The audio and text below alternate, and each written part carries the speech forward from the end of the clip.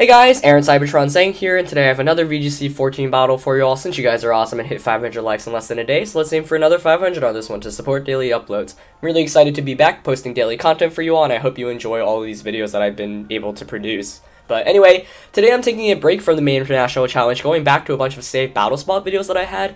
This one was a really good game I had against Osirus, also a really good friend of mine known as Lee. He's a top competitor in the UK. He actually qualified and competed in the World Championships last year, and each game we have is just really good. You'll see my team is Aerodactyl, Rotom Heat, Manectric, and Aegislash, so using the Aerodactyl again, and his team is Amoonguss, Hydreigon, Rotom Heat, and Kangaskhan. So let's get into the battle. Now going into the battle, I knew that Aerodactyl would be really good. Aerodactyl always, of course, able to get the 2-hit KO on Rotom Heat, which is big because of Rock Slide and Unnerve, so I knew that would help me out a lot. I also wanted to conserve my Manectric for the late game, since Manectric doesn't fare very well against the Rotom Heat.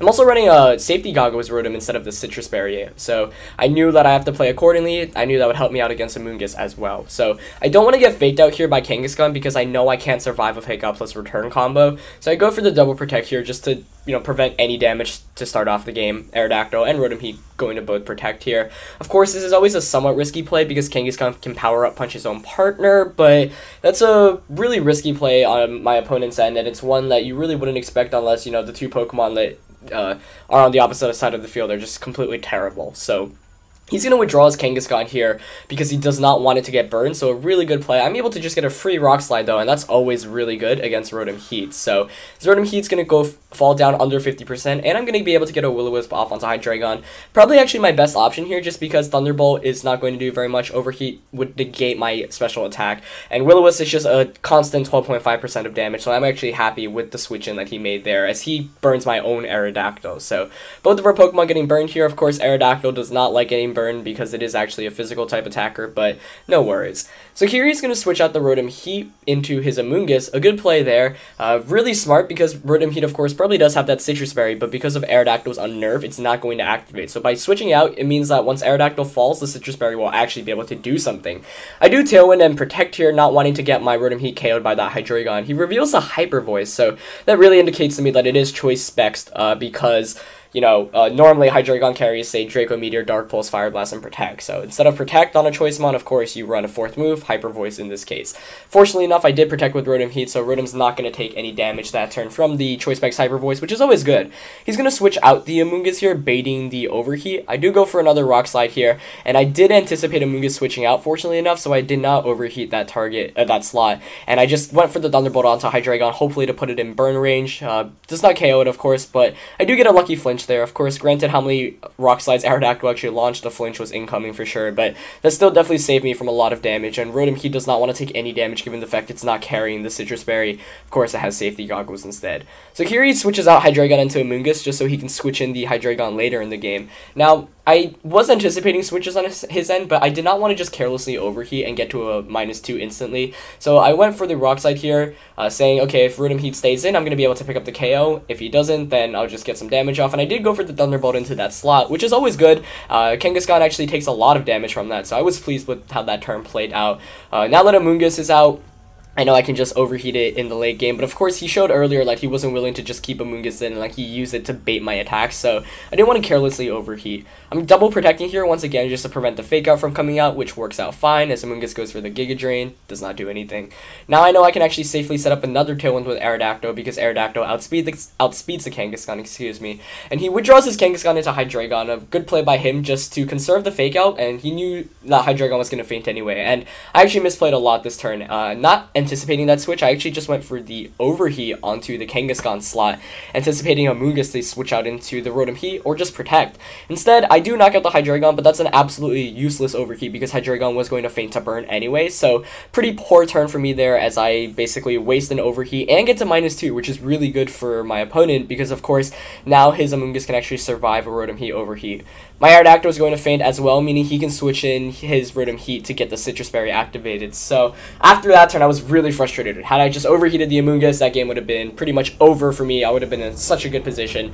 Instead, I target the Hydreigon, I get myself to -2, and now my Rotom Heat is in some trouble. He's going to bring in his Rotom Heat, and I am not very happy about my position because neither of my Pokemon do very well against his Rotom Heat. Rotom Heat is honestly one of my favorite Pokemon to use against a Manectric because Manectric really can't touch it at all. I did go for the Overheat once again here onto Rotom. I don't know what was going on in my mind. I think I was like, okay, if I do some enough damage to this Rotom, my Manectric can knock it out. But obviously that was not the case. It does very minimal at -2, not -4. So Rotom's got to switch out now. It cannot stay in any much longer. It is just absolutely useless at -4. So I'm going to bring in Aegislash, and I'm going to Mega Evolve here. I didn't Mega Evolve the last turn to kind of scout out what he would do. But of course, he's not going to use an Electric type attack at this point, so Lightning Rod's basically useless. Might as well Mega Evolve, so, you know, if I wanted to switch out and switch back in, I could get the Intimidate off onto Kangaskhan later on in the game. Of course, it's not going to do very much to either of his Pokemon here, the Intimidate. I did go for the Overheat onto Amoonguss, not expecting it to KO, and as you see here, Amoonguss hangs on with just a bit of HP, so now I'm really worried. If you predicted my switch correctly and overheated, I would have basically lost, but fortunately enough, he went for the Will-O-Wisp and not the Overheat, so Aegislash is able to hang on, but Amoonguss is going to get a Spore off onto the Manectric as well. That's really bad for me, as Manectric is now absolutely useless, and Rotom Heat can actually just safely overheat my Aegislash. So now things are not looking too hot for me, but I'm going to switch out that Aegislash back into Rotom Heat, because now that Rotom Heat is back at my, just 0, I can basically actually do enough damage to either of his Pokemon. He's actually going to make a smart switch there by switching out Amoonguss into Kangaskhan as well, as Manectric is going to take its guaranteed first turn of sleep, and I'm happy I got Rotom Heat in, but it never wants to face off against Kangaskhan. Now his Overheat's going to miss my Rotom Heat, and that's actually better for him than worse, just because if he did hit it, he'd basically be forced to switch out. I am able to get a clutch Wake Up with that Manectric, so I'm going to go for another Double Protect, anticipating once again the Fake Out play, which he does go for. And so no damage done this turn, and now I know that Kangaskhan, which often doesn't carry Protect, especially when carrying Fake Out, I know I can overheat that slot to either KO Kangaskhan or Amoonguss, so I'm basically guaranteed a KO. I do not switch out the Manectric, and in retrospect, I probably should have just sacked the Aegislash in the back because it was burned anyway to an Overheat. It really didn't make much sense to keep Manectric in at this point since I was at -2, but regardless, I do pick up the KO onto his Amoonguss, do a decent amount to his Rotom Heat with the Stab Thunderbolt, as he gets an Overheat off, and this is bad, but fortunately enough, it's not going to do enough to this Manectric. As you see here, Manectric hangs on with 13 HP, of course putting himself in Sucker Punch or Fake Out range, but by forcing the Kangaskhan to target the Manectric, I know I can get a free Will-O-Wisp off onto Kang.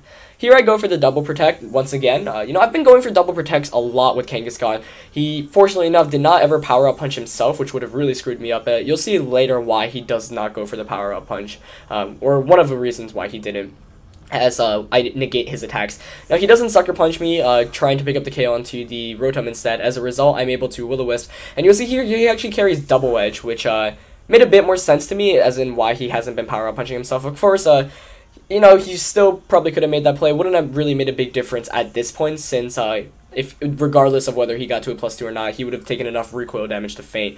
I'm actually going to avoid his Overheat with Manectric here, and the time actually stalls out at this rate. Since the battle has been going on so long with so many switches and etc., we time out. In the end, it's 3-1. Of course, his Rotom was in a good position, but after he overheated my Manectric, had that hit and time not ended, Aegislash would have been able to come out, survive an Overheat, and Shadow Ball regardless. But yeah, if the battle extended and we hadn't been playing for such a long game, he might have been able to pull it through. Of course, it's always hard to win a 3-on-1 in the first place, but my Rotom Heat was at -2, and Aegislash isn't a Pokemon you really want to use against a Rotom Heat. But yeah, I hope you guys really enjoyed that one. That was a long battle, but it was a lot of fun. I thought he made some really good plays throughout, and it was just an exciting battle overall. It's always fun to feature Mega Manectric and Aerodactyl, two of my more favorite Pokemon in the format.